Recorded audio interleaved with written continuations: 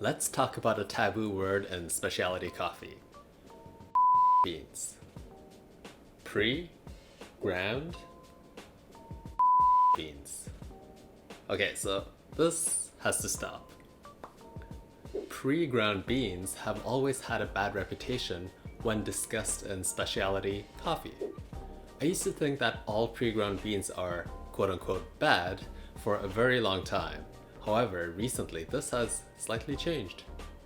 I hosted 2 virtual coffee tasting seminars by Eating Through TO, where all participants received 3 bags of pre-ground beans, which we then brewed and tasted together. But after the 2 seminars, I was stuck with 6 bags of pre-ground beans. As a coffee nerd, this was like my biggest nightmare, or was it?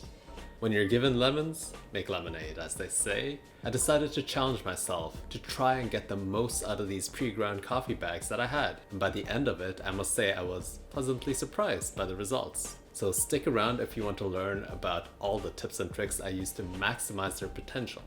There's one thing I would like you to do before beginning. If you have pre-ground beans lying around, take them and toss them into the freezer. The sooner you do this, the better. I'll tell you why later. Let's begin with looking at why coffee beans go stale. Ever wondered why people recommend using coffee right after it's been ground? What happens is a process called oxidation, a term that is referred to when something gets exposed to air, or oxygen in particular, causing smells and flavors to degrade. The coffee oils and fats freed up during the grinding process start to deteriorate and get rancid as soon as it gets exposed to air.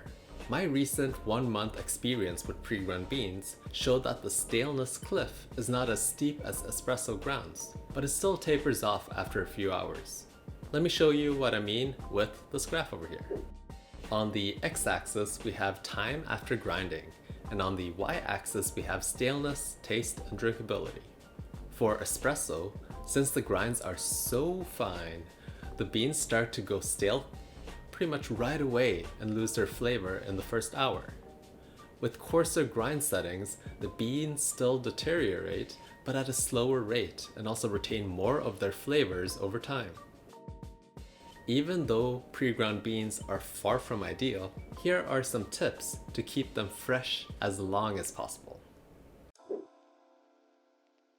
Humidity and heat are 2 factors that speed up the oxidation process. By storing your pre-ground beans in the freezer, you are slowing down the process.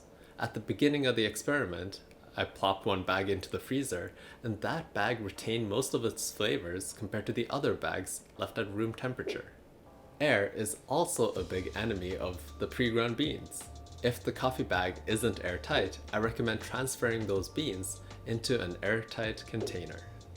I found that lowering the brewing ratio, which means using less water in your brew, was a great way to tweak your recipe as time went by. It is pretty much a strategy to slightly under-extract the coffee to replicate some of the acidity and tartness it is missing out on due to its staleness. Here are 4 scenarios I could imagine myself taking pre-ground beans over whole beans. We all have to start somewhere, and sometimes going headfirst into buying all the fancy equipment might not be the best choice. So before you invest in an expensive grinder, try to ease into the groove of brewing coffee at home with some pre-ground beans from your favorite local coffee shop. You might come across a coffee blade grinder, but I would highly recommend steering away from blade grinders. Having done the research on how blade grinders stack up against burr grinders, I would take pre-ground beans from a burr grinder over freshly ground beans from a blade grinder. If you want to learn more about these 2 grinder types, check out the video in the description. When you are far away from home, you do not want to worry about lugging your big coffee grinder around with you. In my opinion, the sacrifice you make with pre-ground beans in taste is worth the convenience when you're traveling. Did you know that specialty single-serve coffee pouches and pour-overs exist? They pre-ground the beans and package them in a tea bag pouch or a pour-over contraption. Companies like Steeped Coffee take it one step further and nitrogen flush the packaging to remove all the oxygen, slowing down the oxidization process. I have tried a non-nitrogen flushed single serve pour over in the past, and it tasted quite decent. So after spending a month with 6 bags of pre-ground beans, I've learned that pre-ground beans for filtered coffee isn't as bad as I thought it would be. What are your experiences with pre-ground beans? Have you brewed with pre-ground beans in the past and have any additional tips to add? If so, then post a comment below with those. Make sure to hit the subscribe button, hit that like button to join my mission of mastering everyday coffee. And if you're interested in understanding how I adapt my brewing recipes and get the most out of my pre-ground beans, check out my video on perfecting your cup of coffee right over here. I'll see you there.